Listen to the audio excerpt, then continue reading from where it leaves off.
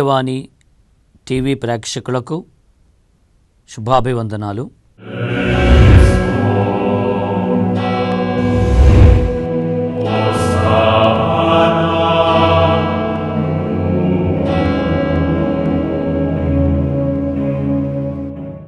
మనము తపస్సు కాలంలో ప్రవేశించి ఉన్నాము.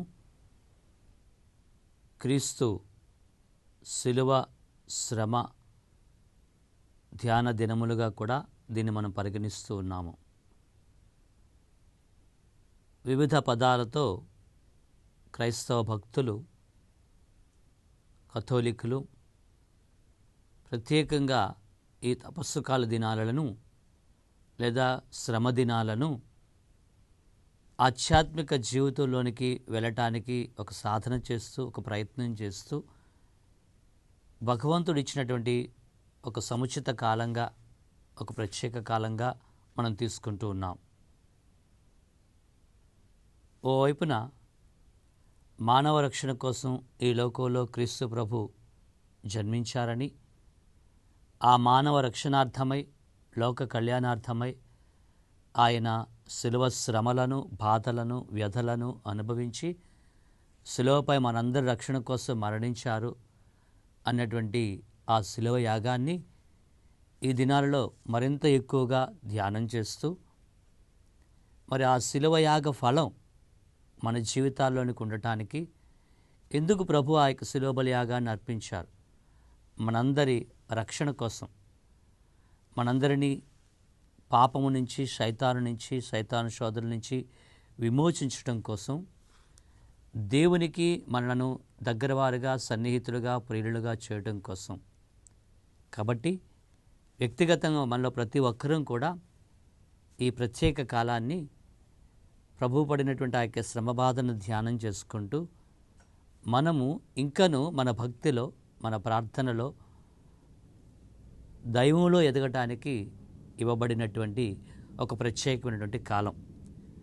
ఆ విధంగా ఈ ఏడాది మరొక పర్యాయం మనకు ఈ తపస్సు కాలంలో ప్రవేశించేటువంటి అవకాశం కలిగింది. ప్రత్యేక ప్రార్థనలు, పుణ్యక్రియలు, తపోక్రియలు, వ్యక్తిగతంగా తీసుకునేటువంటి వివిధ నియమ నిష్టలు, ఇవన్నీ కూడా మనల్ని మనము దేవునికి ఇష్టమైన వ్యక్తులుగా ఉండటానికి, తోడ్పడటానికి, దోహదపడటానికి మనం ప్రయత్నం చేస్తూ ముందుకు వెళ్తూ ఉన్నాం. మనిషిని దేవునికి దగ్గరగా ఉండటానికి, ఇష్టమైన వ్యక్తిగా ఉండటానికి సైతాను ఇష్టపడదు. సృష్టి ప్రారంభంలో, ఆది కాండంలో మనం చూస్తూ ఉన్నాం. దైవ సహవాసంలో ఉన్నటువంటి, దేవునితో అత్యంత సన్నిహితంగా ఉన్నటువంటి ఓ మిత్రులలా, ఓ స్నేహితుడిలా, సరదాగా ప్రభునితో, భగవంతునితో కలిసి ఉన్నటువంటి ఒక అపురూపమైనటువంటి అనుభూతిలో ఉండేటువంటి ఆ యొక్క స్థితి నుంచి సైతాను మనిషిని శోధించి ఆ స్థితిలో లేకుండా శోధనకు గురి అయినటువంటి మానవుణ్ణి దేవుడి నుంచి దూరం చేస్తూ ఉంది. అక్కడే మనం చూస్తున్నాం, ఈ శోధనకి గురి అయి దేవుని ఆజ్ఞ మీరటమే మనం తప్పు, పాపము, శోధనకు గురి అవ్వటం, సైతాను శోధనకు లోనవ్వటం అని మన యొక్క ఆధ్యాత్మిక భావంలో వ్యక్తం చేస్తూ ఉంటాం. అయితే మనిషిలో నిరంతరము ఈ పోరాటం కొనసాగుతూ ఉంటుంది. డైకాటమీ అంటాం. రెండు విభిన్నమైనటువంటి తత్వాలు మనిషిలో, రెండు విభిన్నమైనటువంటి బలమైనటువంటి ప్రేరణలు. ఈ రెండింటి మధ్య కూడా మంచి చెడు అంటాం. మంచి చెడుల మధ్య, పాపం పుణ్యముల మధ్య, చీకటి వెలుగుల మధ్య, సత్యం అసత్యం మధ్య, ధర్మం అధర్మం మధ్య, ఈ విధంగా మనిషి నిరంతరం కూడా పోరాటాన్ని సలుపుతూ ఉన్నాడు. ఒక నిర్ణయం తీసుకునేటప్పుడు అందులో మంచి ఏమిటి, చెడు ఏమిటని తన యొక్క మనస్సాక్షి తెలియజేస్తూ ఉంటుంది. దైవశాస్త్రం తెలియజేస్తుంది, పరిశుద్ధ వాక్యం తెలియజేస్తుంది. దేవుని బిడ్డగా ఇది చేయొచ్చా చేయకూడదా అనేది నిర్ణయానికి ముందుగానే తెలుస్తుంది. మంచిని చేసేటప్పుడు దేవునికి ఇష్టడుగా తను ఆ నిర్ణయాన్ని తీసుకున్నాడని ఆ సంతృప్తి, ఆనందము, అనుభూతితో దేవునికి ఇష్టడై దగ్గర వాడై దేవునికి అనుగుణంగా ఆ నిర్ణయాన్ని పాటించటం. మరి దానికి విభిన్నంగా అప్పటికప్పుడు నుండి ఆ యొక్క వ్యామోహానికి, అప్పటికప్పుడు నుండి ఆ యొక్క క్షణికమైన సంతోషానికి, ఆనందానికి, ఇంకా ఏదో భౌతికంగా, లౌకికంగా, ప్రపంచంగా సాధించాలనే ఉద్దేశంతో వివిధ శోధనలకి మనిషి గురయ్యేటప్పుడు, ఆ యొక్క సైతాను బంధంలోనికి చిక్కుకున్నప్పుడు మరి దేవుని నుండి దూరం అవుతూ ఉన్నాడు. ఈ విధంగా మనిషి జీవితంలో నిరంతరము కూడా ఈ దైవత్వము, దుష్టత్వం మధ్య మానవత్వం పోరాటాన్ని చేస్తూ ఉంటుంది. మానవత్వంలో ఎదిగేటప్పుడు దైవత్వానికి చేరుతూ ఉన్నాడు. మానవత్వంలో దిగజారుతూ ఉండేటప్పుడు దుష్టత్వానికి దగ్గరవుతున్నాడు. అందుకని కొంతమంది వ్యక్తులు కొన్ని తప్పులు చేసినప్పుడు వీడు అసలు మనిషేనా, మనిషిలాగా ప్రవర్తించాడా, వీడు ఎలాగే పని చేయగలిగాడు అని మనం సాధారణంగా అంటూ ఉంటాం, మన మాటల్లో వ్యక్తం చేస్తూ ఉంటాం. అంటే తన మానవత్వాన్ని కూడా పతనమైనటువంటి హీనస్థితిలోనికి ఆ వ్యక్తి, ఆ మనిషి తీసుకెళ్ళాడని మనం అంగీకరిస్తున్నాం. అదే దుష్టత్వము, పైశాచిక తత్వము, శైతాను తత్వము, దానికి బానిసైనటువంటి వ్యక్తి జీవితం.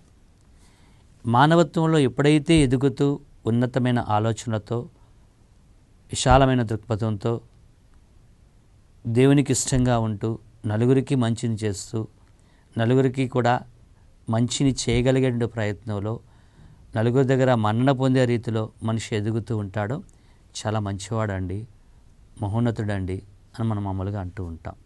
అంటే ఈ రెండింటి మధ్య మనిషి జీవితం, వ్యక్తి జీవితం ఊగిసలాడుతూ ఉంటుంది. ఈ బ్యాటిల్, యుద్ధం అనేటువంటిది జరుగుతూనే ఉంటుంది. ఇది వ్యక్తి యొక్క జీవితంలో ఈ యుద్ధం, ఈ బ్యాటిల్, ఈ ఆధ్యాత్మిక పోరాటం జరుగుతుంది. సామాజిక జీవిత విధానంలో ఈ యుద్ధం, పోరాటం జరుగుతుంది. సామాజిక నియమ నిబంధనలో ఓ ప్రభుత్వం, ఓ శాసనం చేసేటువంటి వివిధ లీగల్ ఆస్పెక్ట్స్లో మరి ఇది చేయవచ్చా చేయకూడదా, పాటించవచ్చా పాటించకూడదా, వేటిని పాటించాలి వేటిని పాటించకూడదని లీగలైజేషన్ చేసేటప్పుడు సాంఘిక నియమాలలో కూడా మనం చూస్తూ ఉంటాం. అదేవిధంగా స్పిరిచువల్ బ్యాటిల్, ఆధ్యాత్మిక యుద్ధం, ఆధ్యాత్మిక పోరాటం మానవ జీవిత విధానంలో, సామూహిక జీవిత విధానంలో ఇప్పుడు కూడా కొనసాగుతూనే ఉంటుంది. అందువలన ఈ తపస్సు కాల దినాలు, క్రీస్తు శిలువ శ్రమ ధ్యాన దినాలు కేవలము ఆయన పొందినటువంటి శ్రమలు, కష్టాలు, బాధలు, శిలువ మరణాన్ని గురించి ధ్యానించడం మాత్రమే కాకుండా మరింత ఎక్కువగా మరి మనం ఆయన యొక్క శ్రమలు, కష్టాలు, బాధల గురించి ధ్యానించుతూ ఉన్నాం. కాబట్టి ఇవన్నీ కూడా ఆయన మన పాప ప్రక్షాళన కోసం చేశాడు, మన పాపాలు మన్నించడం కోసం చేశాడు, మనం దేవునికి ఇష్టమైన బిడ్డలుగా ఉండడం కోసం చేశాడు, మనం దేవుని దగ్గర కావడం కోసం చేశాడు, మనల్ని ఉన్నతులుగా చేయడం కోసం చేశాడు. కాబట్టి నేను ఈ దినాలలో, ఈ సంవత్సరంలో, నా ఈ జీవితకాలంలో నేను ఎలా ఉన్నాను అనేటువంటి పరిశీలన చేసుకునేటువంటి ఒక సముచిత కాలంగా చూస్తున్నాం. ఈ యుద్ధంలో నేను ఎక్కడ ఉన్నాను, నేను ఎటువైపు మొగ్గు చూపిస్తూ ఉన్నాను, దేవుని చెంత ఉండి, దేవుని పక్షాన ఉండి నేను యుద్ధంలో విజయాన్ని సాధిస్తున్నానా, సైతాను చెంతకు చేరి నేను మన జీవితంలో పతనం అవుతూ ఉన్నానా అనేటువంటి ఆత్మ పరిశీలన చేసుకునేటువంటి సమయంగా కూడా మనం చూస్తూ ఉన్నాం. అందుకనే మరొక పదంలో దీనిని తపస్సు కాల దినములను కూడా అంటూ ఉన్నాం. తపస్సు ప్రత్యేకంగా మరి ఆ యొక్క ధ్యానంలో, ఎక్కువ సమయం ప్రార్థనలో, ఆంతరంగికమైనటువంటి పరిశోధనలో, శోధనలో గడిపేటువంటి సమయం. ఈ యొక్క ఆధ్యాత్మిక యుద్ధం గురించి దర్శన గ్రంథము 12వ అధ్యాయము 7 నుంచి 9 వచనాల్లో చక్కగా ఈ విధంగా వివరిస్తూ ఉన్నది. దర్శన గ్రంథము 12వ అధ్యాయము 7వ వచనము. దేవలోకమున యుద్ధము జరిగెను, మిఖాయేలు వానితోడి దేవదూతలు సర్పముతో యుద్ధము చేసిరి, సర్పము ఓడిపోయెను, బయటకు గెంటివేయబడెను. ఆ సర్పము మనకు విదితమే. పిశాచి, సైతాను, ఆ సర్పము యొక్క నామములు. ఆ సర్పమే, ఆ పిశాచే మానవుణ్ణి దేవునికి దూరం చేసింది. తన అనునాయులకు దూతలందరినీ కూడా భూమికి నెట్టివేసినది అని వాక్యంలో చెప్పబడుతూ ఉంది. ఈ దర్శన గ్రంథంలో మనం ఆలకించిన యొక్క వాక్యంలో మనం చూసినట్టుగా సృష్టి ప్రారంభములోనే ప్రారంభమైనటువంటి ఈ యొక్క ఆధ్యాత్మిక యుద్ధం మానవ జీవితంలో, మానవ ప్రయాణంలో, ఈ లోక జీవితంలో, సామాజిక జీవితంలో, వ్యక్తి జీవితంలో, వ్యక్తి ఆలోచనలో, వ్యక్తి నిర్ణయాలలో, వ్యక్తి తన యొక్క నడవడికలో, తన యొక్క కార్యములలో కూడా దీని ఫలితం మనకు కనబడుతూ ఉంటుంది. ఈ యుద్ధ వాతావరణం విజయాన్ని సాధించాలి, దేవుని పక్షాన నుండి విజయాన్ని సాధించాలి అనేటువంటి ఆలోచన, ప్రేరణ కలిగినటువంటి భక్తుడు మరి ఇదిగో ఈ శోధనలకు, శైతానుకు నేను గురి అవటానికి ప్రధానమైనటువంటి కారణాలు ఏమిటి, వాటిని నేను ఏ విధంగా గుర్తించాలి, ఐడెంటిఫై చేయాలి, వాటిని నేను జయించగలనా, వాటిని నేను అధిగమించగలనా అనేటువంటి ఆలోచన చేయడం కూడా సమంజసం. మరి ప్రధానమైనటువంటి శోధనలు ఏమిటి, వాటిని మనిషి జయించగలడా, ఒక్కొక్క శోధనను దాని యొక్క అంతరార్థాన్ని, భావాన్ని మనం ఒకసారి మననం చేసుకుంటూ ఈ ప్రత్యేకంగా ఈ తపస్కాల దినాల్లో వాటిని జయించే విధానంలో మనం ఒక చిన్న విరామం తర్వాత మరొక పర్యాయం మనం ధ్యానించుకుందాం.